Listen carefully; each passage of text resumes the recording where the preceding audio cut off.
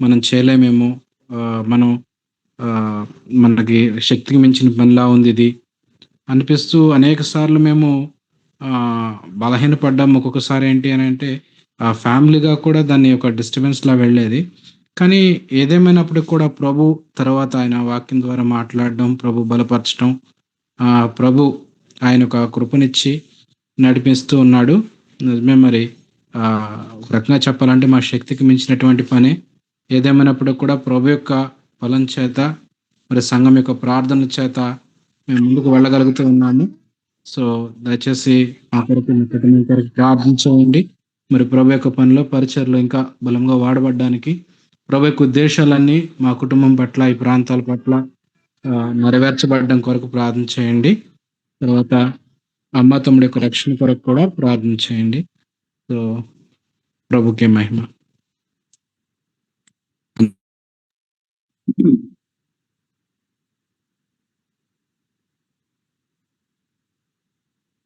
మరి ప్రభు చేసిన మేలులన్నిటిని బట్టి, ప్రభు కార్యాలను బట్టి ఈ కుటుంబంలో ఒకళ్ళు ప్రభుని స్తుతిస్తారు. చేయండి ఒకళ్ళు.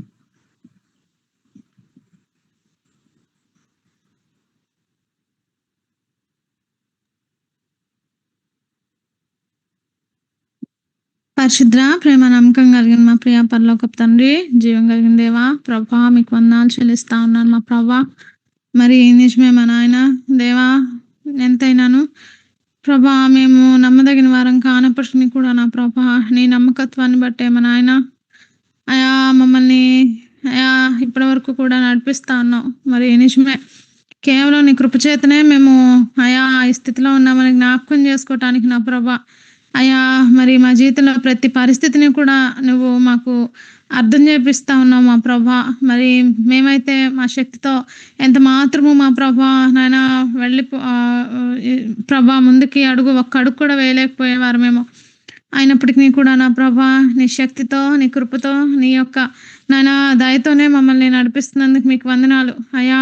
నిజమే నా ప్రభా అయా, మాతో నువ్వు సహానుభావం కలిగిన దేవుడు అని విన్నాం కానీ ప్రభా, మరి నిజమే చెప్పుకుంటాం కానీ నా ప్రభా ప్రభా మా యొక్క ప్రతి బలహీనతను కూడా నువ్వు ఎంత బాగా ఎరిగిన దేవుడు నా ప్రభా.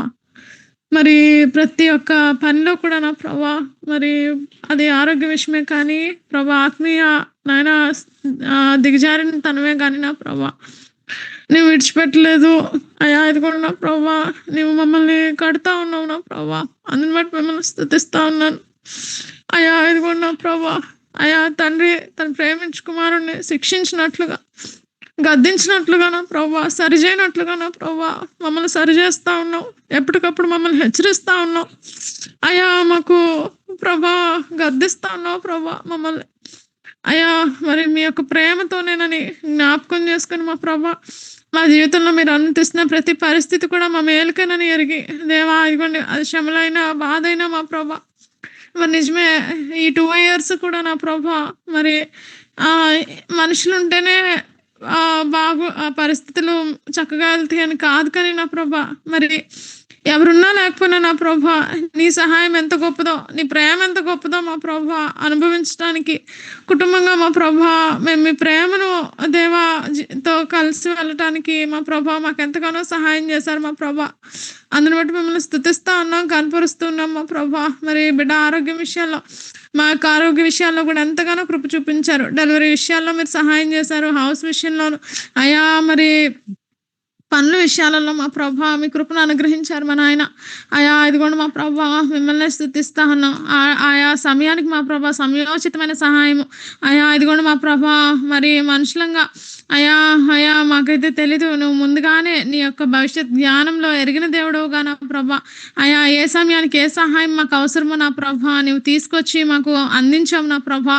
అందుని బట్టి మిమ్మల్ని స్తుతిస్తాను. ఒక పక్క ఫ్యామిలీ గాను, మరి స్కూల్లో విషయాలలో కూడా నా ప్రభా కన్స్ట్రక్షన్సే కానీ, మరి అయా అయా మేనేజ్మెంటే కానీ, అడ్మినిస్ట్రేషనే కానీ మా ప్రభా అన్ని విషయాల్లో నువ్వు సహాయం చేసావు నా తండ్రి. అందుని బట్టి మీకు వందనాలు, స్తోత్రాలు చెల్లించుకుంటూ ఉన్నాను. మరి దేవా అయా జరిగించిన టీచర్ ట్రైనింగ్ బట్టి, మీటింగ్స్ని బట్టి మిమ్మల్ని స్తుతిస్తా ఉన్నాం. మరి మేము ఏదైతే మా ప్రభా ఇంకా ఆత్మీయంగా కట్టబడాలో, మీ సాక్ష్యాలుగా నిలవబడాలో మా ప్రభా అయా సరి చేసుకోవాలా మా ప్రభా, వాటిలో సరి చేసుకుంటూ మా ప్రభా అయా ముందుగా మీతో మంచి సహవాసం గలవారమై అయా ఇదిగోండి మా ప్రభా మేము దేవా అయా మరి ప్రభా మీలో ఆ ఫలాన్ని మా ప్రభా మేము రిఫ్లెక్ట్ చేసే వారంగా పరిచర్లో ఉండటానికి మాకు సహాయం దయచేయమని వేడుకుంటా ఉన్నాను. ప్రభా కృప చూపించండి. మరణ పరిస్థితుల్లో నుంచి కూడా మమ్మల్ని విడిపించారు, తప్పించారు మా ప్రభా అయా. అందుని బట్టి మీకు స్తోత్రాలు మా తండ్రి. నాయన మీ కృతజ్ఞతాస్తుతులు చెల్లించుకుంటూ ఉన్నా అయ్యా. ఇదిగోండి మా ప్రభా మరి మా జీవితంలో ఇంకనూ నువ్వు ప్రభా నీవే దేవుడమని మమ్మల్ని దేవా అంతం వరకు కొనసాగించే దేవుడమని అయా ఇదిగోండి మీ చేయి పట్టుకుని అయా ఇదిగోండి నడుచుటకు అయా ఇదిగోండి మా ప్రభా మరి మేము మా ప్రభా విశ్వాసంతో అయా అడుగులు వేయటకు మాకు సహాయం దయచేయమని అయా ఇదిగోండి మా ప్రభా మరి మీరే అయా మాకు ముందుగా ఉండి నడిపించి ప్రతి ఒక్క నాయన ఇదిగోండి మా ప్రభా నాయన స్థితిలో కూడా నా ప్రభా అది మేలైన అయా నాయన ఇదిగోండి కీడైనా మా ప్రభా అయా మంచైనా చెడైనా నా ప్రభా అయా మా జీవితంలో నీవు దేవా అది నాయన ఇదిగోండి చేసి అనుమతించి అయా వాటిలో నుంచి నాయన ఇదిగోండి మమ్మల్ని ఆత్మీయంగా నా ప్రభా నీ యొక్క పోలికలోకి మారుస్తున్నందుకు అయా మరి దేవా మరి మమ్మల్ని మీ యొక్క విలువైన పాత్రలుగా మీరు మారుస్తున్నందుకు మీకే వందనాలు చెల్లించుకుంటూ అయా ఇదిగోండి మా ప్రభా మరి మీకే వందన ఆయా ఈ కొద్ది స్థుతి ఆరాధన యేసునామములో మీకే సమర్పిస్తున్నాం తండ్రి. ఆమేన్. ఆమేన్. రండి మరొకరు వినిన సాక్ష్యాన్ని బట్టి ప్రభు చేసిన కార్యాలను బట్టి ప్రభుని స్తుతిస్తూ ఇందాక వాళ్ళు షేర్ చేసుకున్నటువంటి ప్రార్థన అవసరతల కోసం ప్రార్థన చేద్దాం. రండి ఒకరు చేయండి.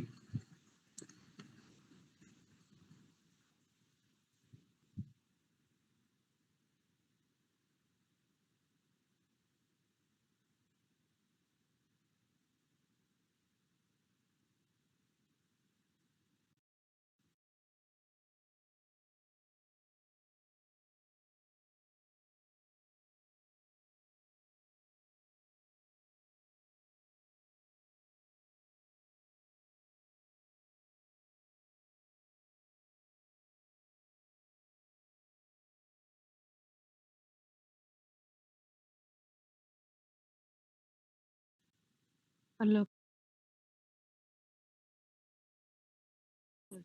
తండ్రి, నిత్యము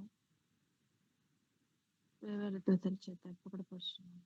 గొప్ప దేవుడు నాయన యెహోవా అనే తమ జనులుగా కలిగిన ధన్యులను మీరు సెలవిస్తా ఉన్నారు.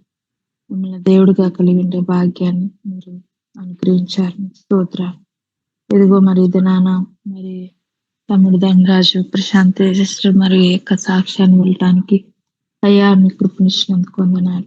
దేవా నిన్ను విడవను ఎన్నడూ ఎడబాయనని వాగ్దానం చేస్తున్నట్లుగా దేవా ఇదిగో నీ పని కొరకు నీ కొరకు సొంత వారిని మరి వదిలి సొంత ప్లేస్ ని వదిలి వెళ్ళిన వారి పట్ల దేవా నాయన మీరు ఎట్లాంటి కార్యములు జరిగిస్తా ఉన్నారు ప్రభా. మమ్మల్ని స్థుతించకుండా మమ్మల్ని కనపరచకుండా ఉండలేకపోతా ఉన్నాం నాయన. దేవా నిజమే అయ్యా నీ బిడ్డలను మరి అనారోగ్య పరిస్థితిలోను మరి దేవా ప్రభా మీరు నాయన మరి యొక్క అయ్యా నాయన మరి డెలివరీ విషయాల్లోనూ మా ప్రభా సహవాసంగా మరి పిల్లలందరూ ఇన్వాల్వ్ అవుతూ వారికి సహాయం చేసినప్పుడు దేవా నిజమైన యొక్క మీ యొక్క అన్యాన్ని సహవాసం బట్టి ప్రేమను బట్టి ప్రభా అయ్యా నాయన ఈ విధంగా మీరు ఆయా విషయాల్లో ఆ బిడ్డలు మీరు వాడుకుంటే కుటుంబానికి మీరు సహాయం చేస్తూ వచ్చిన విధానం బట్టి మీకు వందనాలు దేవా. స్తోత్రాలు.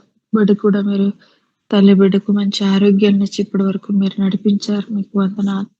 నిజమైన ఆయన బలహీనులని మీరు ఎరిగి మీరు మాకు సహాయం చేస్తున్నట్లుగా నీ బిడ్డల యొక్క కుటుంబ జీవితాన్ని వ్యక్తిగత జీవితాల్లో అయ్యా నాయన మీరు ఆయా విషయాల్లో మా బలహీనతలను ఎరిగి కూడా మీరు మాకు సహాయం చేస్తున్నందుకు అయ్యా మమ్మల్ని స్తుతిస్తా ఉన్నాం ప్రభా, మమ్మల్ని ఆరాధిస్తా ఉన్నాం నాయన. దేవా ప్రభా నిజమే నాయన మమ్మల్ని దూరపరచలేదు. మమ్మల్ని దేవా ఇదిగో ఎంకరేజ్ చేస్తూ హెచ్చరిస్తూ మీ బిడ్డలు నడిపిస్తున్నందుకు కూడా స్తుతిస్తా ఉన్నాం. నిజమే ఇప్పటి వరకు ఆ విధంగా జీవించడానికి నడవడానికి కేవలం నీ కృప మీ యొక్క సహాయం దేవా. మీరు వారి పట్ల దృష్టి ఉంచి మరి నడిపించిన విధానం బట్టి కూడా అయ్యా మిమ్మల్ని ఎంతగానో స్తుతిస్తా ఉన్నాం, ఆరాధిస్తా ఉన్నాం. మరి యొక్క అయ్యా మరణ విషయాల్లో కూడా తండ్రి, మరి యొక్క స్నేక్స్ విషయాల్లో కూడా దేవా మీరు తప్పించినందుకు మీకు వందనాలయ్యా. దేవా స్తోత్రాలు స్తుతిస్తా ఉన్నాను ప్రభు. దేవా మా ప్రభు నిజమే అక్కడ కుటుంబాలను పెట్టి మన అయ్యా నాయన కుటుంబాల ద్వారా కూడా మీరు అయ్యా న్యూ బోర్న్ బేబీ విషయాల్లో కూడా నిజమే ఒక తల్లి ఎట్లాగా దేవ తల్లిదండ్రులు లేనప్పుడు ప్రభు సహాయం చేయడానికి ఇబ్బందికరమైన పరిస్థితుల్లో కూడా మీ బిడ్డలు లేపి అక్కడ నడిపించుకున్నాం. అయ్యా వెళ్ళొద్దని మీరు మీ బిడ్డలతో మాట్లాడి అక్కడ మీరు అన్ని విషయంలో ప్రభు నీ బిడ్డల్ని ఏర్పాటు చేసి సిద్ధపరిచినట్లుగా అయ్యా మీరు సహాయం చేసినందుకు వందనాలు. నాయన మిమ్మల్ని స్తుతిస్తాము గనపరచకుండా ఆరాధించలేకుండా మరి నాయన మనోళ్ళు మౌనంగా ఉండకుండా తండ్రి అయ్యా మరి సాక్ష్యాన్ని బట్టి కూడా దేవుని ఎదురు సాగులు పడుతూ ఇదిగో తండ్రి నీ బిడ్డల యొక్క అవసరతలు అక్కర్లు మీరు ఎరిగినటువంటి దేవుడు ప్రతిదీ మీ మైదేశంలో తీర్చండి. వ్యక్తిగతంగా కూడా అయ్యా ఆత్మీయంగా ప్రభు మరి బలపరచబడుతూ ఆ బిడ్డల యొక్క మరి ఆత్మీయ అవసరతలు కూడా మీరు తీర్చండి. ఇంకనూ నాయన వ్యక్తిగతంగా వాక్యం చదువుకుంటూ మరి ప్రార్థన చేసుకుంటూ కుటుంబంగా కట్టబడుతూ నాయన ఎక్కడున్నటువంటి యవనస్తులకి మరి కుటుంబస్తులు మరి అయ్యా కుటుంబాలకును మా ప్రభు దేవా లోకల్ టీచర్స్ కిను మీరు ఆశ్చర్యకరంగా దీవెనకరంగా మీరు చేసి నడిపించండి. ఏ ఉద్దేశాలతో మరి ఆ ప్రాంతానికి మీరు తీసుకెళ్లారో ఆ ఉద్దేశాలన్నీ మా ప్రభు కుటుంబం పట్ల నెరవేర్చండి. గృహం చుట్టూ మీకు కంచి వేయండి, భద్రపరచండి. ప్రభు ఆ గృహం విషయంలో కూడా మీరు చేసిన సహాయం బట్టి మీకు వందనాలు. దేవా మీకు స్తోత్రాలు చెల్లించుకుంటా ఉన్నాను. అయ్యా ప్రభు మరి మాకంటే ముందుగా మరి అయ్యా నాయన మీరే అయ్యా నాయన మరి అన్ని మరి సిద్ధపరిచినట్లుగా దేవా కుటుంబంలో కూడా మీరు సిద్ధపరిచినందుకు స్తుతిస్తా ఉన్నాం. మరి దేవా మీ చిత్తమైతే మరి నేతన్ బర్త్డే రోజు కూడా మా ప్రభు అక్కడ మరి లోకల్ స్టాఫ్ ని పిలిచి మరి చుట్టూ ఉన్న వారిని పిలిచి మీ చిత్తమైతే సువార్త కూడికి పెట్టుకోవడానికి అవకాశం దయచేయండి. ఆటంకాలు తొలగించండి. మరి ఎవరిని సిద్ధపరుస్తారో ఎట్లాగా నడిపిస్తారో ప్రతిదీ నీ మీద ఆధారపడతా ఉన్నాం.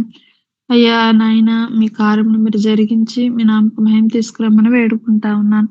ప్రభువా సహాయం చేయండి, నడిపించండి.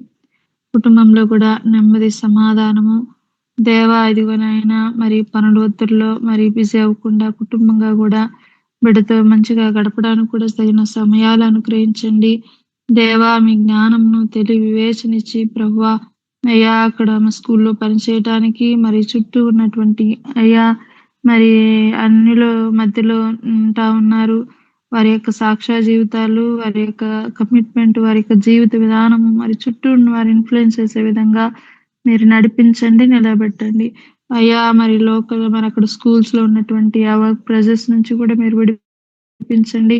దేవా మీరు నడిపించండి. ఇప్పటి వరకు అయ్యా నాయన అన్ని విషయంలో ఈ కుటుంబానికి మీరు సహాయం చేస్తున్నందుకు కూడా స్తుతిస్తూ ఆరాధిస్తా ఉన్నాం. ధనరాజు వల్ల ప్రభా తమ్ముడు మరి వరమ్మ గారిని బట్టి కూడా మీకు వందనాలు అయ్యా స్తోత్రాలు. మరి నాయన మరి కరపల మీరు అనుగ్రహించిన తమ్ముడు జీవితంలో దేవా మా ప్రభా మరి అయ్యా నాయన మరి విజయ్ తమ్ముని కూడా రక్షించండి. వరమ్మ గారికి కూడా అయ్యా మీరు దేవ రక్షణ కార్యాలు జరిగించండి. మా ప్రభా దేవ ప్రశాంతి వారమ్మ గారికి కూడా మంచి ఆరోగ్యం ఇవ్వండి. బలహీనతల్లో మరి నాయన మీ యొక్క సహాయం అనుగ్రహించండి. ఇరువురు కుటుంబాల మధ్యలో సఖ్యత సమాధానాలు తెచ్చండి. మీ నమ్మదను అనుగ్రహించండి. ప్రభా మిమ్మల్ని స్తుతిస్తా ఉన్నాం, ఆరాధిస్తా ఉన్నాం.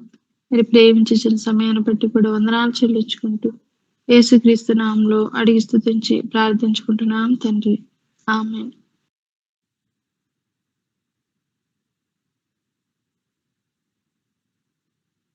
రండి దేవుని వాక్యం చదువుకుందాం. రాజుల మొదటి గ్రంథం 17వ అధ్యాయం.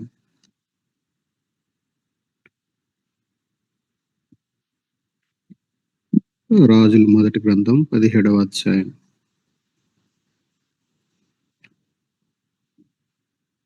సో లాస్ట్ టైం మనం లాస్ట్ మీటింగ్ లో నిన్న హోల్ నైట్ జరిగింది కదా, మొన్న ఇర్మియా యొక్క జీవితాన్ని, ఇర్మియా యొక్క క్యారెక్టర్ని మనం ఆలోచించాం. సో ఈరోజు ఏలియా యొక్క జీవితాన్ని మనం ధ్యానించడానికి ప్రయత్నం చేద్దాం మనకున్న కొంచెం సమయంలో. సో ఏలియా యొక్క జీవితం మనకి తెలిసిందే కాబట్టి 17, 18, 19 ప్రాముఖ్యంగా ఈ 3 అధ్యాయాల్లో అవసరాన్ని బట్టి వచనాలను చదువుతా ముందుకెళ్దాం. 17వ అధ్యాయంలో మనకి సడన్ గా ఏలియా ప్రత్యక్షం అవటాన్ని మనం చూస్తాం. సరే,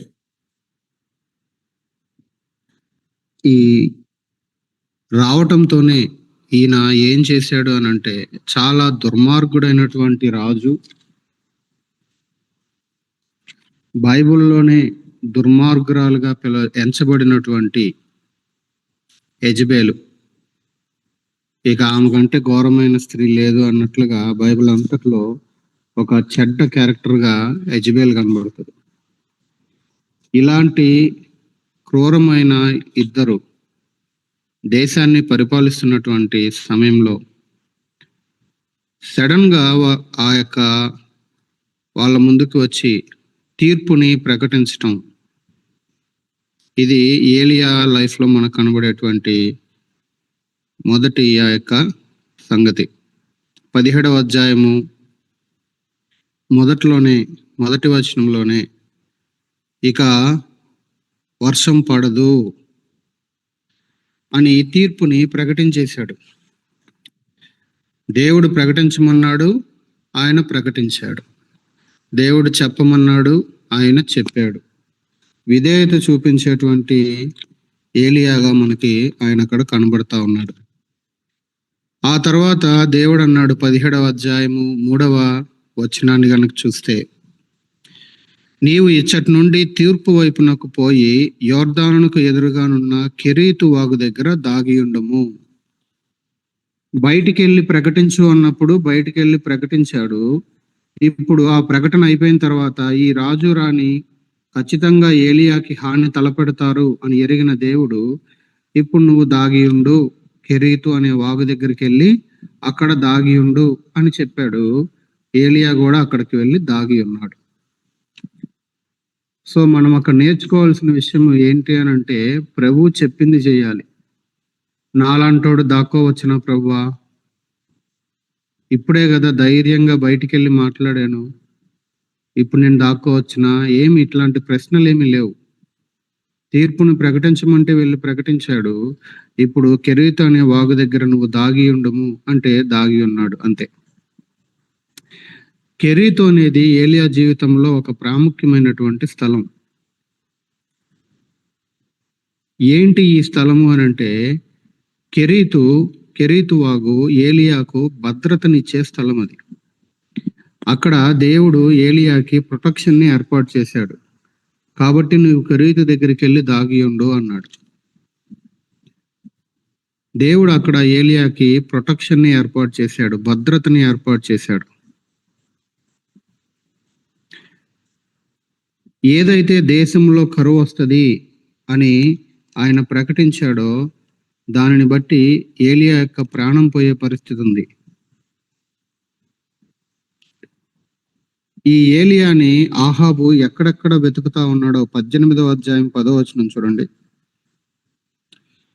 నీ దేవుడైన యెహోవా జీవముతోడు నిన్ను చిక్కించుకోలను వలనని నా ఏలినవాడు దూతలను పంపించని జనము ఒకటైనను లేదు, రాజ్యము ఒకటైనను లేదు.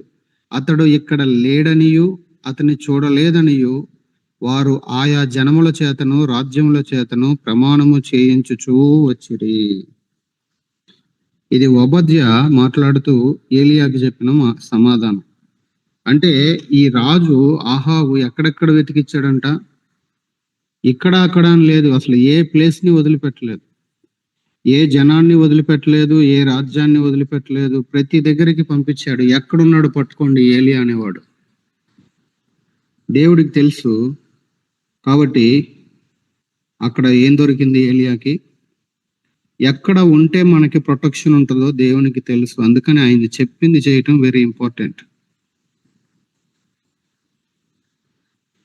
చెప్పింది చేయటం చాలా ఇంపార్టెంట్. ముందు అసలు ఆయన ఏం చెప్తున్నాడో వినటం, వినిన తర్వాత చేయటం. ఇందాక చెప్తా అన్నారు, ప్రభు మాతో మాట్లాడారు అందుకని మేము డెలివరీకి వెనక్కి రాలేదు అని.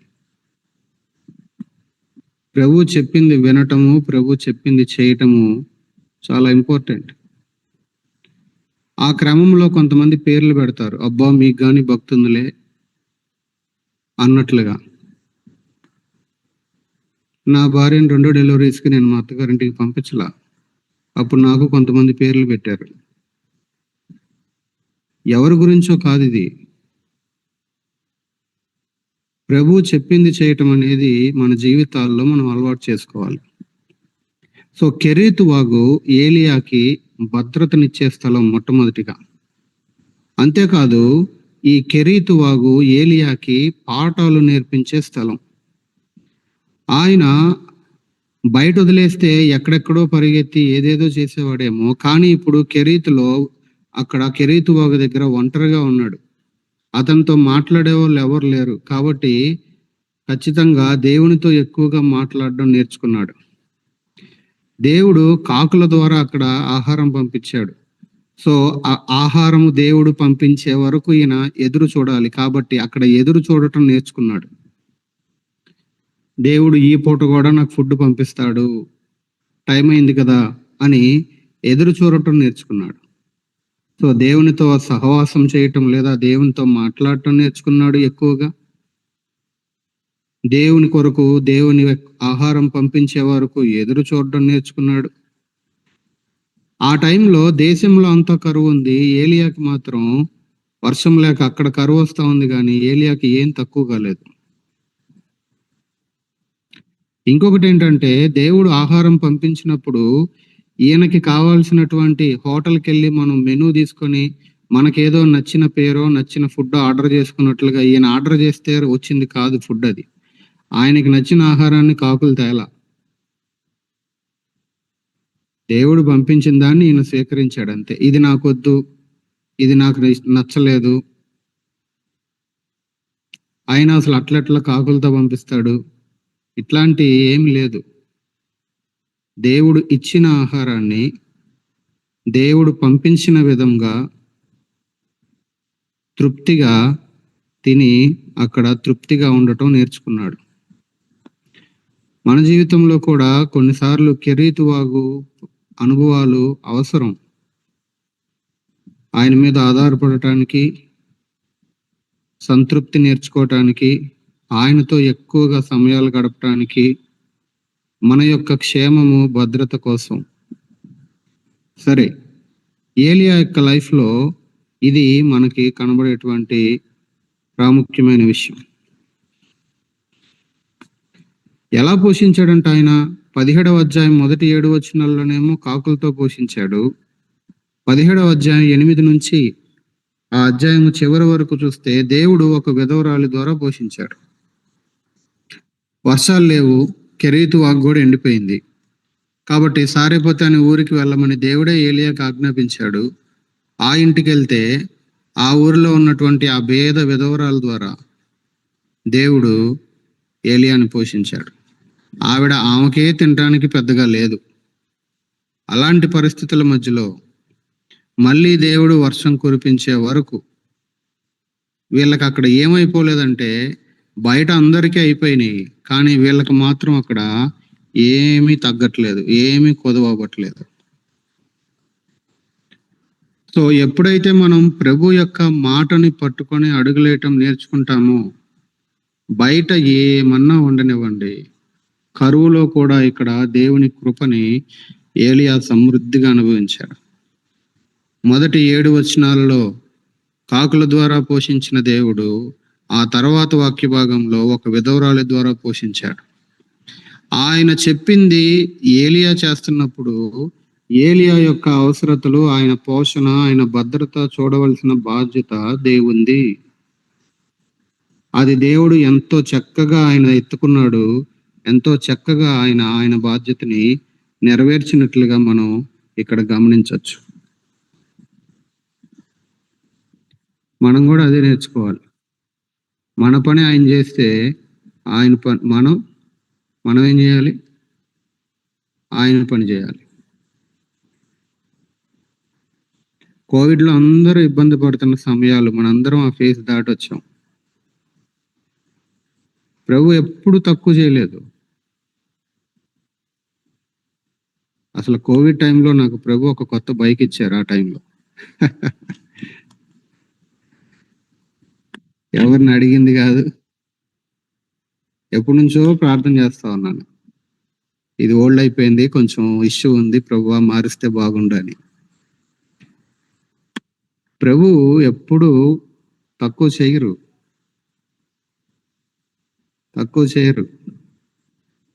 సో 17వ అధ్యాయంలో క్లుప్తంగా ఏలియా లైఫ్ లో మనం ఇది చూడొచ్చు. 18వ అధ్యాయం మొదట్లో మనకి ఒబద్యా కనబడతాడు.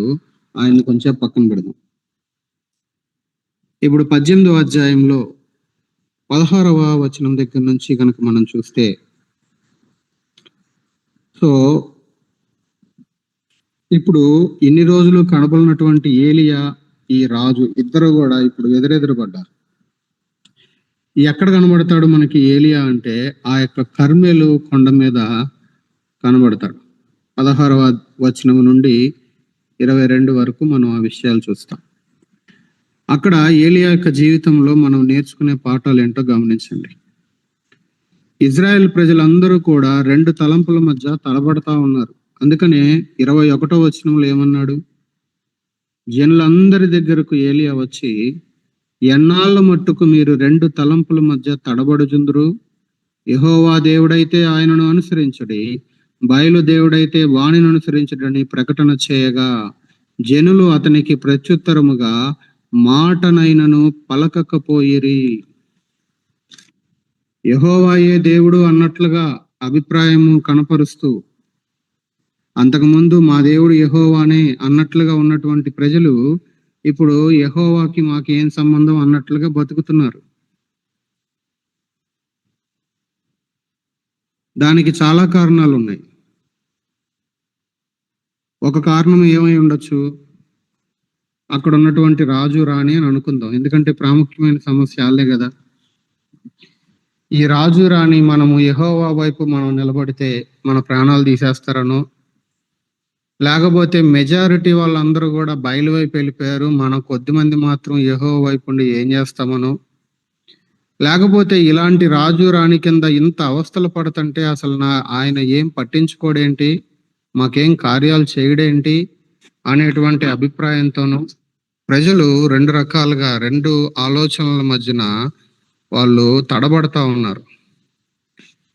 ఎన్ని రోజులు ఉంటారు ఇట్లా? మీరు ఈయన దేవుడు అంటే ఈయననే సేవించండి, లేకపోతే మీరు అనుకుంటున్నారు కదా అది దేవత అయితే దాన్ని సేవించండి, అటా ఇటా తేల్చుకోండి అని ఒక పిలిపిచ్చాడు. ఇవన్నీ కూడా కారణాలు అవటానికి అవకాశం ఉంది. ఈ రోజుల్లో కూడా అనేక మంది ఇట్లనే తయారవుతున్నారు. ఏసై నా దేవుడు అన్నట్టుకుంటారు, ఏసైకి వీళ్ళకి సంబంధం లేనట్టుకుంటారు. వాక్యం ఉండదు, ప్రార్థన ఉండదు, సహవాసం ఉండదు. ఇందాక సాక్ష్యంలో ఏం వెంట వచ్చాం ఎక్కువ? సహవాసం. తోటి సహోదరులు ఏం చేశారు? ఈ ప్రజలు అనుకుని ఉండొచ్చు, ఏంటి ఇంత అవస్థ ఈ రాజు రాణి కింద నలిగిపోతుంటే దేవుడు పట్టించుకోడేంటి? ఈ మధ్యలో నేను కొంచెం ఎక్కువ మంది దగ్గర విన్నటువంటి, ఈ మధ్య ఉందిలేండి, పరిచర్యకు వచ్చిన దగ్గర నుంచి ఆయా సమయాల్లో అనేక మంది దగ్గర ఈ మాటలు నేను విన్నాను. ఇన్ని రోజుల నుంచి ప్రార్థన చేస్తుంటే, ఇన్ని రోజుల నుంచి ఎదురు చూస్తుంటే ఇది చెయ్యడే అని దేవుని మీద కోపం. అసలు నీకు ఎందుకు చేయాలి చెప్పు దేవుడు? పాపులమైనటువంటి మనకి కనికరించి పాపక్షమాపణ ఇవ్వటమే గొప్ప, మనల్ని రక్షించటమే గొప్ప, మనకి పరలోక భాగ్యాన్ని ఇవ్వటమే గొప్ప. ఆయన కనికరించి శిక్షక పాత్రలమైన మనల్ని రక్షించి నా రాజ్యంలో చేర్చుకుంటానయ్యా అంటే అదే మన జీవితానికి గొప్ప విషయం, గొప్ప ఆశీర్వాదం. దానికి మించి ఈ లోకంలో ఏమిస్తే ఏంటి, ఏమి ఇవ్వకపోతే ఏంటి? ఉద్యోగం ఇస్తే ఏంటి, లేకపోతే ఏంటి? పిల్లలు ఇస్తే ఏంటి, లేకపోతే ఏంటి? ఆరోగ్యం బాగా అయితే ఏంటి, లేకపోతే ఏంటి? ఎందుకు ఇవ్వాలి? ఆయన ఏమన్నా నీకు నాకు అప్పున్నాడా ఏంటి? ఇవ్వకపోతే మళ్ళీ దేవుని మీద అలుగుతారు. ఎందుకు ఇవ్వాలి చెప్పు ఆయన నీకు? అవసరమే లేదు. అయినా సరే కనికరం గల దేవుడు అల్పులమైన మనుష్యుల ప్రార్థనని వినటము, అల్పులమైన మన ప్రార్థనలకి జవాబు ఇవ్వటం అనేది చాలా ఆశ్చర్యమైనటువంటి విషయం. దాన్ని బట్టి ప్రభువుకి ఎంతో కృతజ్ఞంగా ఉండాలి. ఇక్కడ ఇజ్రాయెల్ ప్రజలు ఎట్లా తయారయ్యారంటే ఒక రకంగా అలకపోనిన వాళ్ళలాగా, రెండు తలంపుల మధ్య దొరికిపోతే ఏలియా ప్రశ్నిస్తున్నాడు, ఎన్నాళ్ళ వరకు మీరు ఇట్లుంటారు, తేల్చుకోండి. అంటే వాళ్ళ పరిస్థితి ఎట్లా ఉందంటే ఏలియా అడిగిన ప్రశ్నకి కనీసం నోరు తెరిచి సమాధానం కూడా చెప్పలేక అందరూ మౌనంగా ఉండిపోయారు. ఇలాంటి పరిస్థితే మనం ప్రకటన గ్రంథంలో లవోదికీయ సంఘం గురించి చదువుతాం. 15-16 వచనాలు. నువ్వు వెచ్చగా లేవు, చల్లగా లేవు, నులివెచ్చనగా ఉన్నావు. ఇలా గనక నువ్వు కంటిన్యూ అయితే నా నోట నుండి నిన్ను ఉమ్మి వేస్తాను, ఊసి అవతల పడేస్తాను అన్నాడు. అంతే. అదేమన్నా చిన్న విషయం అనుకుంటున్నారా? దేవుడు ఉమ్మి వేయటం అనేది చాలా సీరియస్ వార్నింగ్. అది ఏలియా కూడా ఇక్కడ అట్లాగే పిలుస్తున్నాడు, ఎన్నాళ్ళ వరకు మీరు ఇట్లా నులివెచ్చనగా ఉంటారు? ఎవ్వరు నోరు తెరవలా. సో ఏలియా దగ్గర మనం నేర్చుకునేటువంటి పాఠం ఏంటి? ఇక్కడ దేవుని కొరకు, జీవం కలిగినటువంటి దేవుని కొరకు, అక్కడ ఆ రోజు ఆ కర్మెల కొండ మీద జీవం గల దేవుని పక్షంగా నిలబడినటువంటి ఒకే ఒక వ్యక్తి ఏలియా. చాలా మంది ఉన్నారు, ఇజ్రాయేలీలుగా పిలువబడుతున్న వాళ్ళు చాలా మంది ఉన్నారు, కానీ వాళ్ళెవరు కూడా ఆయన పక్షంగా తీసుకోలేదు. ఏలియా ఒక్కడే. బయలు ప్రవక్తలు అనేక మంది నుంచున్నారు, రాజు నుంచున్నాడు, ఇంకా జనాలు అనేక మంది ఉన్నారు అక్కడ. వాళ్ళందరికీ ఎదురుగా ఒకే ఒక్కడు నుంచున్నాడు. ఆ మాటని 19వ అధ్యాయంలో మనకి రిపీటెడ్గా చదువుతాం. 14వ వచనంలో కానీ 3-4 సార్లు రిపీట్ అవుతుంది. ఏమని చెప్తాడంటే, నీ కోసం మహారోషం కలిగిన వాడిని నేను ఒక్కనే ఉన్నానంటాడు. ఎలాంటి వాడు ఏలియా అనంటే దేవుని కోసం రోషంగా నిలబడినటువంటి వాడు. దేవుని కోసం రోషంగా నిలబడ్డాడు. ఒకవైపు హెచ్చరించాడు, ఒకవైపు సవాల్ చేస్తున్నాడు, మరొక వైపు రోషముగా, ఒకవైపు ఇతరులని సవాల్ చేస్తున్నాడు, ఒకవైపు తనే నిలబడి ఒక సవాల్లాగా కనబడుతున్నాడు. రాజుకి సవాల్గానే ఉన్నాడు, అక్కడ ఉన్నటువంటి బయలు ప్రవక్తలకి సవాల్గానే ఉన్నాడు, అక్కడ నులివెచ్చనగా ఇటు అటు ఊగుతున్నటువంటి మిగతా వారందరికీ కూడా సవాల్గానే ఉన్నాడు. సవాలు చేస్తున్నాడు, సవాలుగా నుంచున్నాడు. ఇది ఏలియా దగ్గర ఇక్కడ మనం నేర్చుకోదగినటువంటి మరొక పాఠం. ఆ తర్వాత సరే, ఆ బయలు ప్రవక్తలందరూ వాళ్ళ ప్రార్థనలు ఏవో చేశారు, పైనుంచి అగ్ని రావాలని, నిద్రపోతున్నాడేమో లేపండి అని కొంచెం చమత్కారంగా మాట్లాడాడు ఏలియా. ఇప్పుడు 30వ వచనం దగ్గరికి రండి. ఏలియా యొక్క ప్రేయర్ మనకు కనబడుతుంది. 18:30 చూడండి. అప్పుడు ఏలియా, నా దగ్గరకు రండని జనులందరితో చెప్పగా జనులు అతని దగ్గరకు వచ్చిరి. అతడు క్రింద పడద్రోయబడి ఉన్న యెహోవా బలిపీఠమును బాగు చేసి. సో ప్రార్థన స్టార్ట్ చేయడానికి ముందు ఏలియా చేసినటువంటి పని ఏంటి అనంటే, అక్కడ పడిపోయిన కూలద్రోయబడినటువంటి బలిపీఠం ఏదైతే ఉందో అది యెహోవా బలిపీఠమే. ఈ క్రూరుడైన రాజు వచ్చాక దేశమంతా ఎన్ని పడగొట్టేశారు. సో ముందు ఏం చేశాడంటే, పడిపోయినటువంటి లేదా పడద్రోయబడినటువంటి యెహోవా బలిపీఠాన్ని బాగు చేశాడు. ఒకప్పుడు యెహోవా దేవుణ్ణి మాత్రమే ఆరాధించిన దేశంలో, ఆయనకి మాత్రమే బలి అర్పించేటువంటి దేశంలో, ఇప్పుడు ఆయన బలిపీఠాలు పడద్రోసి ఆయనని ఆరాధించే వాళ్ళు, ఆయనకి బలి అర్పించే వాళ్ళు లేనట్లుగా అక్కడ పరిస్థితి తయారైపోయింది. సో ప్రార్థన చేయడానికంటే ముందు ఆయన చేసింది ఏంటంటే, పడద్రోయబడిన బలిపీఠాన్ని బాగు చేశాడు. ఇక్కడ మనం ఏం అర్థం చేసుకోవాలి, ఏంటి అప్లికేషన్? పడద్రోయబడినటువంటి, ఇలాగే చేయాలా ఏంటి, ఇలా ఎందుకు చేయకూడదు అని ప్రశ్నించేవారు ఉంటా ఉన్నారు ఈ దినాల్లో. పడద్రోయబడినటువంటి ఆరాధన పద్ధతుల్ని ఆయన బాగు చేశాడు. ప్రభువుని ఆరాధించాలి అంటే దానికి ఒక పద్ధతి ఉంది, దానికి ఒక క్రమం ఉంది. ఏంటది? బలిపీఠము కట్టాలి, ఆ బలిపీఠాన్ని బాగు చేయాలి, దాని మీద ఆయనకి బలులను అర్పించాలి. ఆయన ఎలా అర్పించాలి అని చెప్పాడో లేవీకాండంలో, ఆ విధంగానే నేను అర్పించాలి. ఏది అర్పించాలి అని చెప్పాడో అలాగే నేను అర్పించాలి. అప్పుడే ఆయన నా యొక్క అర్పణని అంగీకరిస్తాడు. ఎలాగోలాగా బలిపీఠం ఎట్లుంటే ఏముందిలే, అర్పించేటువంటి ఆ యొక్క పశువు ఎట్లుంటే ఏముందిలే, పద్ధతి ఎలాగుంటే ఏముందిలే అనుకుంటే, ఎలాగోలా చేస్తే అది ప్రభు అంగీకరించాలి కదా. సో పడద్రోయబడిన బలిపీఠాన్ని బాగు చేయటం అనేది, పడద్రోయబడినటువంటి ఆరాధన పద్ధతుల్ని బాగు చేయటం స్టార్ట్ చేశాడు ప్రభు. మనకు కూడా ఇచ్చినటువంటి పద్ధతి ఏంటి? సంఘముగా కలిసి ఆరాధించడం అనేది దేవుడు మనకిచ్చినటువంటి క్రమం. కోవిడ్ వచ్చిన తర్వాత ఏం తయారైందంటే, స్క్రీనులతో ఆరాధన చేస్తున్నారు అందరూ. మొబైల్స్లో, టీవీల్లో ఎవరిదో లైవ్ పెట్టుకొని చూసి, నీకు ఆయన తెలియదు, ఆయనకి నువ్వు తెలియదు. మొత్తం గందరగోళం అయిపోయింది. ఇప్పటికీ ఆ అలవాటుని కొనసాగిస్తూ ఏ సంఘానికి వెళ్ళని వాళ్ళు నాకు చాలా మంది తెలుసు. చాలా మంది ఇంకా అలవాటు పడ్డారు దానికి, అంతే. ఈ క్యాలెండర్ డిస్ట్రిబ్యూషన్కి వెళ్ళినప్పుడు మన కాలనీలోనే చాలా మంది తగులుతారు. మీకు కూడా తెలిసి ఉండొచ్చు, కొంతమంది గమనించుంటారు. ఎక్కడికి వెళ్ళకుండా ఆరాధన పద్ధతులు మారిపోయినాయి. ఆరాధించవలసిన పద్ధతిలోనే ఆరాధించాలి. అంత హింస వస్తే ఎవరింట్లో వాళ్ళు ఆరాధించుకోలేరా? ఎందుకు అంత హింస మధ్యలో కూడా ఆ రోజుల్లో ఆదిమ సంఘంలో ప్రతిరోజు ఎందుకు వాళ్ళు కూడుకోవటం మానలేదంట? మనమన్న ఆదివారం గ్యాదర్ అవుతున్నాం, వాళ్ళు ప్రతిరోజు గ్యాదర్ అవుతున్నారంట. అంత హింస మధ్యలో కూడా ఈరోజు హింస లేదు, అందుకే గ్యాదర్ అవ్వట్లేదు. కొట్టే వాళ్ళు ఉంటే బాగుంటుందేమో ఒకవేళ. సో ఇక్కడ ఆరాధన పద్ధతుల్ని బాగు చేశాడు. నెక్స్ట్ 31, 32 వచనాలు చూడండి, త్వరగా ముందుకెళ్దాం. ఎప్పుడైతే బలిపీఠాన్ని బాగు చేశాడో వెంటనే యెహోవా వాక్కు ప్రత్యక్షమైంది అక్కడ. చూడండి, ఇంకా ప్రేయర్ స్టార్ట్ చేయాల.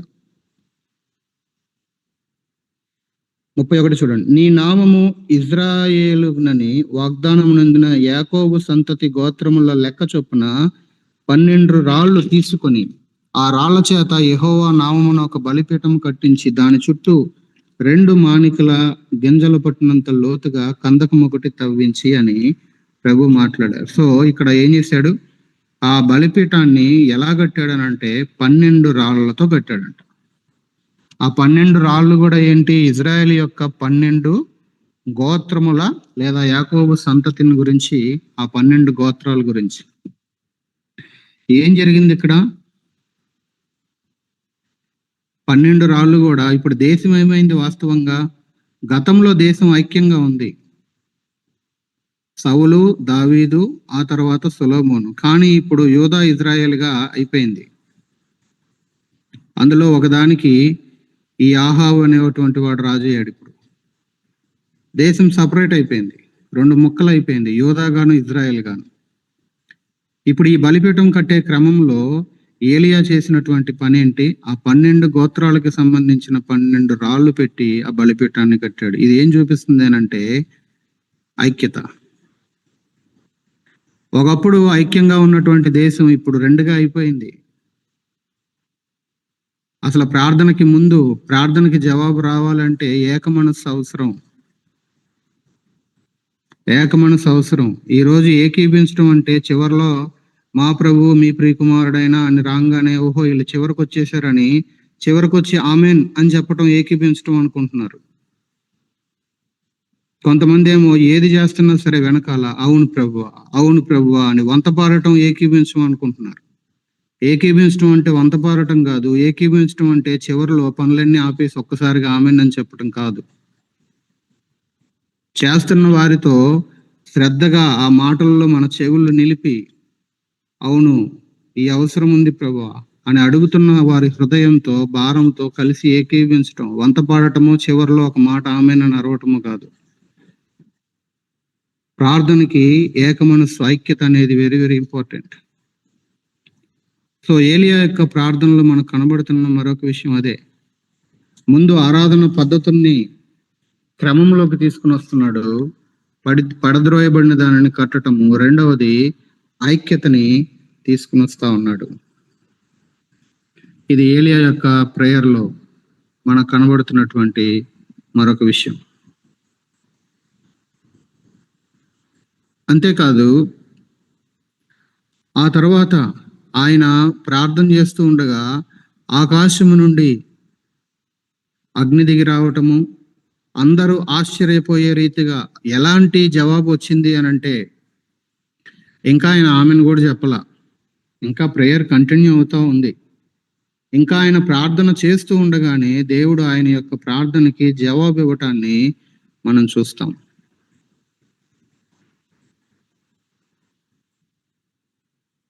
సో ఏం కనిపిస్తుందండి ఏలియాలో అని అంటే, తను చేసిన ప్రార్థనలో కానీ, ఆ తర్వాత నెక్స్ట్ అక్కడ ఏదో అగ్ని దిగి రావటం మాత్రమే కాదు, తర్వాత కార్యం కొరకు కూడా ఆయన ఎలా వెయిట్ చేస్తున్నాడు. ఒకసారి 41వ వచనాన్ని చూడండి.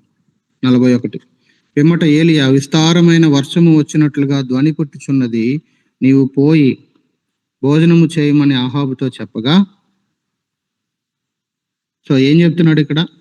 పెద్ద వర్షం పడేటువంటి పరిస్థితి ఉంది, నువ్వు వెళ్ళి భోజనం చేయి నేను ఆహాబుకి చెప్తుంటే, ఏది నాకేం వినిపించట్లేదు, నాకేం కనబడట్లేదు అన్నాడు. 43వ వచనంలో ఏలియా పక్కనే ఒకడున్నాడు, వాడు కూడా వెళ్ళి చూశాడు, నాకు ఏం వినబడట్లేదు, నాకు ఏం కనబడట్లేదు అన్నాడు. ఆ శబ్దము ఏలియాకి మాత్రమే వినబడుతుంది. విశ్వాసపు చెవులు కలిగినటువంటి ఏలియా. సో ఆయన విశ్వాసము, ఆయన ప్రార్థన ఏదో పైనుంచి అగ్ని దింపటం మాత్రమే కాదు, వెనువెంటనే ఇంకొక కార్యం జరుగుతుంది. ఏదైతే ఇప్పుడు ఈ 3.5 సంవత్సరాలు పడలేదో ఇప్పుడు మళ్ళీ పడుతుంది. ఇప్పుడు అది కూడా నెరవేరాలి. ఆ నెరవేర్పులో భాగంగా ధ్వని పుడుతుంది, ఇదిగో అది జరగబోతుంది అని అంటే వాళ్ళకి ఏం కనబడట్లేదు. నువ్వు పైకి వెళ్ళి చూడయ్యా సముద్రం వైపు అంటే 43వ వచనంలో వాడు చూసి అంటున్నాడు, 7 సార్లు పోయాడు వచ్చాడంట, వాడికి ఏం కనబడట్లేదు, ఏం వినబడట్లేదు. పక్కనున్న దాసునికి వినబడట్లేదు, అక్కడున్న రాజుకి వినబడట్లేదు, ఎవరికి ఏం తెలియట్లేదు. ఏలియాకి ఒక్కడికే తెలుస్తుంది. డిఫరెన్స్ ఏంటంటే విశ్వాసం. విశ్వాసపు చెవులు కలిగినటువంటి ఏలియాకి వినబడుతుంది, విశ్వాసపు నేత్రాలు కలిగిన ఏలియాకి అది కనబడుతూ ఉంది. విశ్వాసము ఒకటి ఉంటే సరిపోదు. ఆ విశ్వాసము ఎప్పుడైనా మనకి విశ్వాసం ఉన్నప్పుడు అది ఆసక్తిగా మారుస్తుంది. మనకు ఆసక్తి వస్తుంది. అందుకని ఆయన ఏం చేశాడు నెక్స్ట్?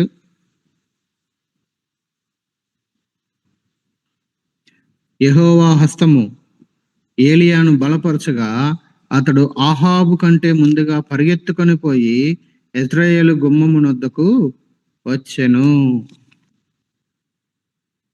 కాబట్టి ఆసక్తిగా ప్రార్థించినటువంటి ఏలియా కనబడుతున్నాడు.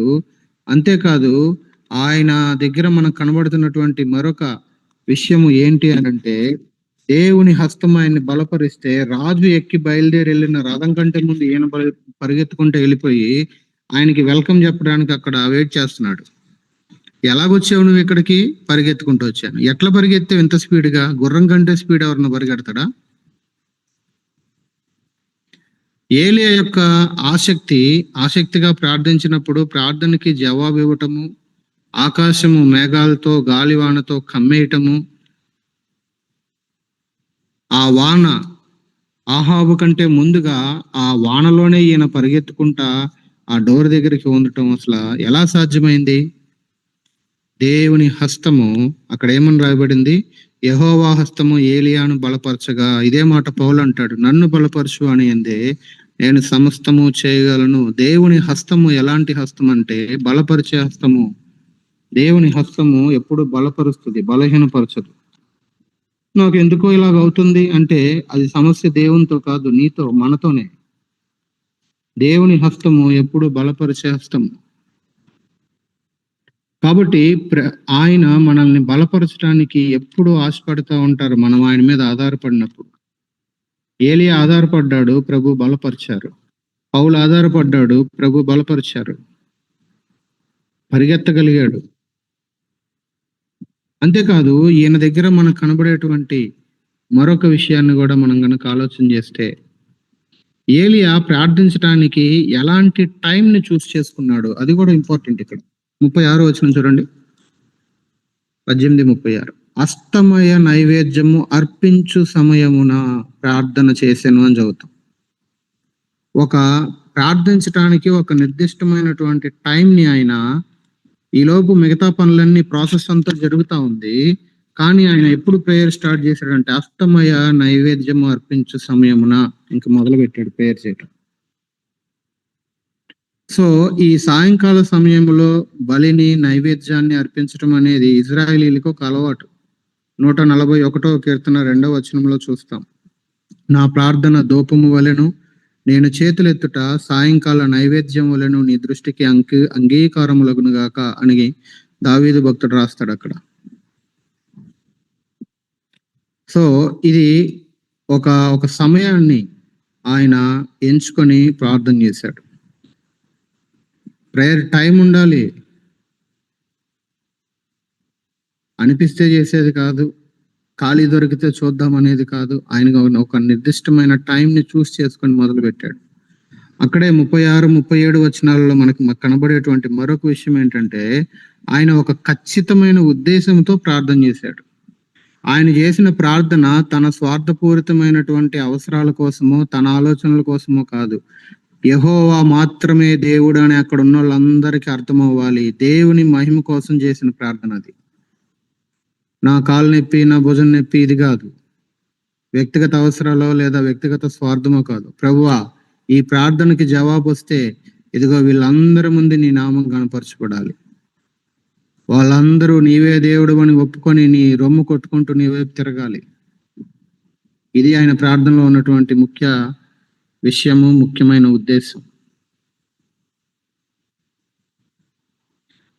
ఇలాంటి ఏలియా 19వ అధ్యాయం దగ్గరకు వచ్చేసరికి, నేను త్వరగా చెప్పేస్తాను చూడండి. 19వ అధ్యాయం దగ్గరకు వచ్చేసరికి ఇంత మట్టుకు చాలును, ఏలియా కూడా మనిషే కదా, ఇంత బలంగా కనబడినటువంటి వ్యక్తి 19వ అధ్యాయంలోకి వచ్చేసరికి నిరాశ వచ్చేసింది, మరణాపేక్ష వచ్చేసింది. ఇంకా చాలు, ఈ మినిస్ట్రీ వద్దు నాకు, ఎందుకు ఈ పరిచర్య, ఇంత పరిచర్య చేస్తే, ఇంత ప్రార్థన చేస్తే ఎప్పుడు డిస్కరేజ్మెంట్ అని నిరుత్సాహంలో నిరాశలో కృంగిపోయినటువంటి ఏలియాని ప్రభు ఎలా బలపరిచారో చూడండి. 5-8 వచనాలలో చూస్తే, నేనేమి గొప్పవాడిని కాదు. 4వ వచనంలో ఏమన్నాడు, చివరి మాట, ఇంత మట్టుకు చాలును, నా ప్రాణము తీసుకొనుము అని ప్రార్థన చేస్తే, ఏమండి 18వ అధ్యాయంలో పైనుంచి అగ్ని దించిన ప్రార్థన, ఆకాశము నుండి 3.5 సంవత్సరాల తర్వాత వర్షాన్ని తీసుకొచ్చిన ప్రార్థన, ఇలాంటి ప్రార్థన చేసిన వ్యక్తి మళ్ళీ ఇంకో ప్రార్థన చేస్తే ప్రభు జవాబిచ్చుంటే ఏలియా చచ్చుండేవాడు. మనం చేసే అన్ని ప్రార్థనల్ని దేవుడు ఆలకించి, మనం కొన్నిసార్లు అజ్ఞానంతో మూర్ఖంగా ఏయో కొన్ని అడుగుతాం. ఇంకా చాలు ప్రభువా, నా ప్రాణం తీసుకో అంటే ఆ ప్రార్థనకు కూడా జవాబు వచ్చిందా? లేదు. దేవుడు నిరాశలో బలపరిచే దేవుడు. ఎలా బలపరిచాడు? ముందు 5, 6, 7 వచనాలలో చూస్తే ఫస్ట్ దేవుడు ఆయనకి భోజనం పెట్టి బలపరిచాడు. ఏలియా పోషణ భలే ఉంటదండి, భలే పోషణ ఏంది. వండుకునే పని లేదు, గిన్నెలు గడుక్కునే పని లేదు. సో ఆయన ఏం చేశారు? భోజనం పెట్టి బలపరిచారు. ముందు నిరాశలో ఉన్నాడు. అసలు నీకేమన్నా తలకాయ పనిచేస్తుందా? 18వ ఇందాకే కదా ఇట్లాంటి ప్రార్థన చేసావు, ఇలాగేమి దేవుడు ముందు అరవట్లా. సరే, నీ నిరుత్సాహాన్ని, నీ నిరాశని నేను అర్థం చేసుకున్నాలే, కానీ ఫస్ట్ ఇదిగో ఇది ప్రిపేర్ చేశాను, తిను. నేను చేపల పట్టబోదును అని తిరిగి లేచిన యేసుప్రభువుని చూసినటువంటి పేతురు, ఆయనతో పాటు ఇంకో 7 మంది చేరి వీళ్ళు చేపలు పట్టడానికి పోతే, యోహాను 21లో ఆ ఒడ్డు మీద నుంచొని ఆయన వాళ్ళకి ఫుడ్ ప్రిపేర్ చేసి, చిన్నపిల్లలారా రండి తినండి అంటున్నాడు యేసయ్య అక్కడ. యారా, నేను చనిపోయి తిరిగి లేచింది చూశాక కూడా మళ్ళీ ఇట్లాగా చేపలు పట్టడానికి వెళ్తారా అని అక్కడ ఆయన అరవట్లా. వాళ్ళకి నిరాశ వచ్చింది. సడన్ గా ప్రభు లేడు, ఏం చేయాలి మాకు అర్థం కావట్లా. నిరాశలో ఫస్ట్ ఆయన చేసింది భోజనం పెట్టి బలపరిచాడు. రెండవదిగా 8వ వచనం నుండి 19వ అధ్యాయంలో 8 నుంచి 13 వచనాలలో ఆయన తన స్వరాన్ని విలిపించి బలపరిచాడు. గాలి వచ్చిందంట, భూకంపం వచ్చిందంట, మెరుపు వచ్చిందంట, అన్ని వచ్చి ఆగిపోయిన తర్వాత మిక్కిలి నిమ్మలముగా ఒక మాట్లాడు స్వరము 12వ వచనంలో మనం చదువుతాం. దేవుడు తన యొక్క స్వరాన్ని, తన యొక్క వాయిస్ ని వినిపించి దేవుడు బలపరిచాడు. ఫుడ్ పెట్టి బలపరిచాడు, తన స్వరాన్ని వినిపించి బలపరిచాడు. మూడవదిగా ఇలాగ నిరాశలో ఉన్నటువంటి ఏలియాని ప్రభు ఎలా బలపరిచారు అని అంటే ఆయన తన పరిచర్యను అప్పగించి బలపరిచారు. ఇంత మట్టుకు చాలు, ఇక మినిస్ట్రీ అయిపోయింది, లైఫ్ కూడా అయిపోయింది, ఇక ముగించుకుంటాను అన్నటువంటి ఏలియాకి, బాబు నువ్వు ఇంకా చేయాల్సిన మినిస్ట్రీ ఉంది దా అని ఆయనకి మినిస్ట్రీ అప్పగించాడు. 14 నుంచి 21 వరకు మనం చూస్తాం ఆ విషయాలు. ఈయన అప్పటి వరకు ఈయనకు ఏమేం చేశాడు? ఇంతకీ ఆయన చేసిన మినిస్ట్రీ ఏంటి? 15వ వచనం దగ్గర చూడండి, 15, 16 వచనాలు. అప్పుడు యెహోవా అతనికి సెలవిచ్చినదేమనగా, నీవు మరలి అరణ్య మార్గమున దమస్కునకు పోయి దానిలో ప్రవేశించి సిరియా దేశం మీద హజాయేలునకు పట్టాభిషేకము చేయము, ఇజ్రాయేల్ వారి మీద యోహుకు పట్టాభిషేకము చేయము, నీకు మారుగా ప్రవక్త అయి ఉండుటకు ఎలీషాకు అభిషేకం చేయము. ఏంటి అని మినిస్ట్రీ? రాజులను అపాయింట్ చేస్తున్నాడు. ఆయన తర్వాత నెక్స్ట్ ఆ యొక్క మినిస్ట్రీని కొనసాగించేటువంటి వ్యక్తి ఎవరు? ఎలీషా. ఇంకో ప్రాఫెట్ ని అపాయింట్ చేస్తున్నాడు. మినిస్ట్రీ అయిపోయింది అనుకుంటే దేవుడు ఆహారం పెట్టి బలపరిచాడు, తన యొక్క మాటని, తన స్వరాన్ని విడిపించి బలపరిచాడు, తన పరిచర్యను అప్పగించి బలపరిచాడు. ఈయన ప్రాబ్లం అంతా ఏంటి? నేను ఒక్కనే ఉన్నాను. ఆ టైంలో దేవుడు ఎలీషాని తీసుకుని వచ్చాడు. 19, 20, 21 3 వచనాలు చూడండి, ముగించుకుందాం. ఇప్పుడు పరిచర్యకు కావాల్సిన అర్హతలు ఏంటో మనకి ఎలీషాలో కనబడతాయి. ఇవి నేర్చుకోవచ్చు మనం ఇక్కడ. 19వ అధ్యాయం 19వ వచనంలో మినిస్ట్రీలో ఉండాల్సినటువంటి పరిచర్యకు కావాల్సిన అర్హత నెంబర్ 1 ఏంటి? అక్కడ ఆయన ఏం చేస్తున్నాడంట? అతడు తన ముందరనున్న 12 అరకల ఎడ్ల చేత దుక్కి దున్నించుచు 12వ అరక తాను తోలుచుండెను. ఏలియా అతని చేరబోయి తన దుప్పటి అతని మీద వేయగా. ఎలీషా ఏం చేస్తున్నాడు? ఏలియా అతని దగ్గరికి వెళ్ళేసరికంటే ఎలీషా కష్టపడే మనస్తత్వం కలిగిన వాడు, కష్టపడి పని చేస్తున్నాడు. దేవుడు ఎప్పుడు సోమరుల్ని పిల్లవాడు. ప్రభు పనికి, ప్రభు యొక్క పరిచర్యకి కావాల్సిన అర్హత కష్టపడి పని చేసేటువంటి మనస్తత్వం. అది ఏ పనైనా కావచ్చు. ఇక్కడ కష్టపడి పనిచేసే మనస్తత్వం ఉన్నప్పుడే తర్వాత కూడా కష్టపడి పనిచేస్తారు. యేసుక్రీస్తు ప్రభువుని నమ్మక ముందు ఆయన పేరెత్తితే చంపేస్తా అన్నటువంటి పౌలు ఆయన్ని నమ్మిన తర్వాత ఆయన కోసం చచ్చిపోతాను అంటాడు. ముందు ఏ స్పీడ్ ఉందో వెనకాల కూడా అదే స్పీడ్ ఉంది. కొంతమంది ముందు స్లోగా ఉంటారు, తర్వాత స్లోగా ఉంటారు. ఎలీషా కష్టపడే మనస్తత్వం కలిగిన వాడు. ఇలాంటి కష్టించి పనిచేసేటువంటి వైఖరి కలిగిన వాళ్ళు దేవునికి కావాలి.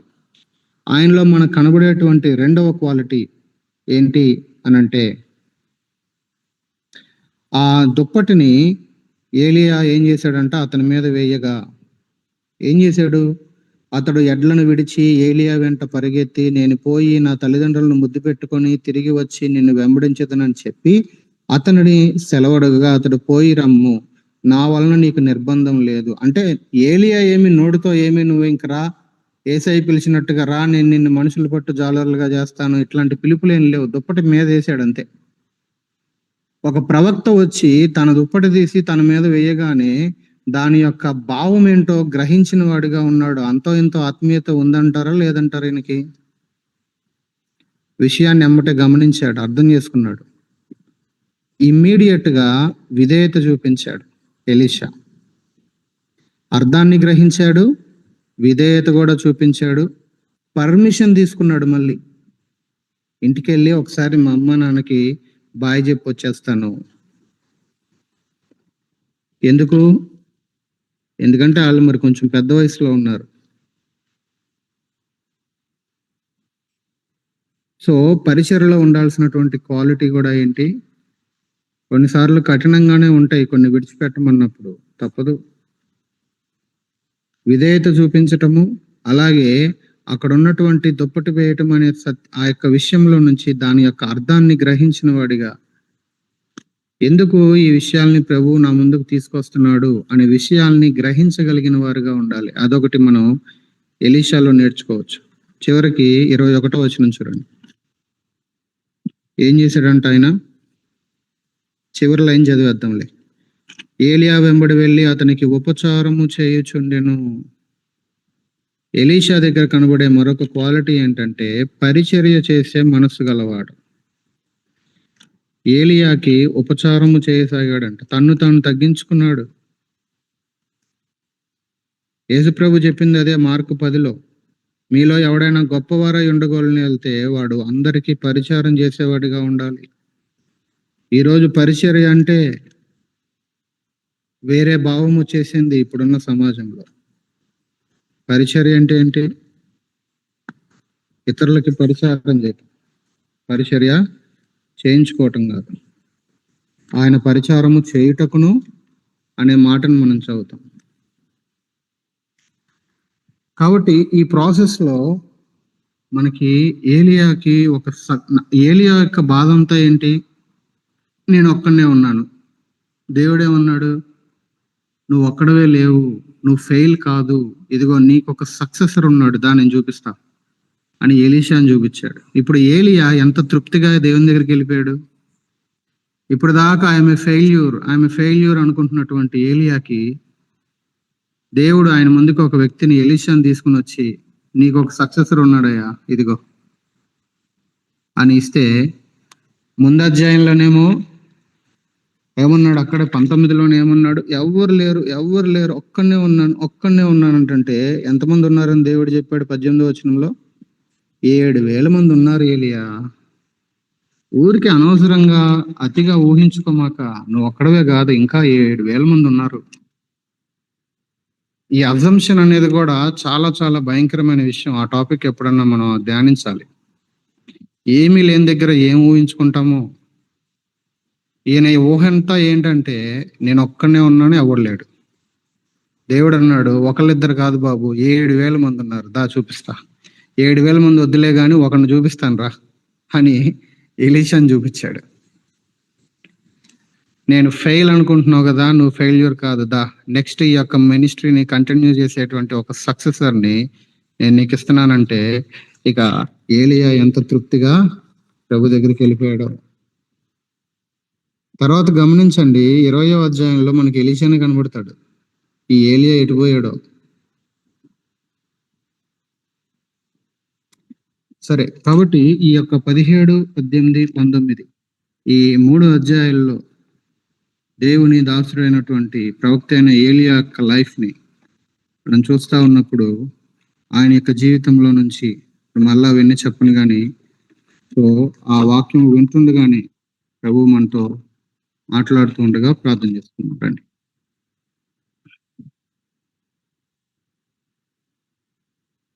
ప్రార్థన చేసుకుందాం. అందరూ ప్రార్థన చేయండి. ఒక 1 minute.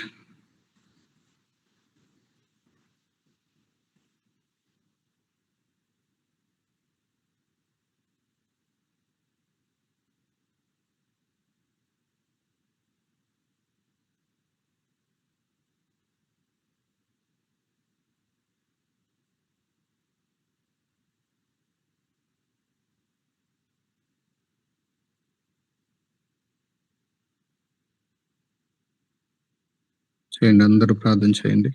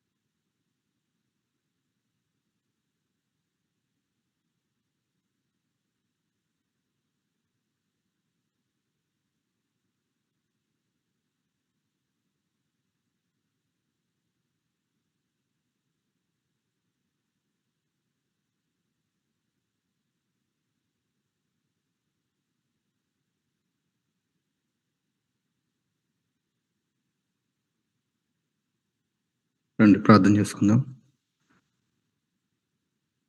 దయచేసి ఒకరు ప్రార్థన చేయండి.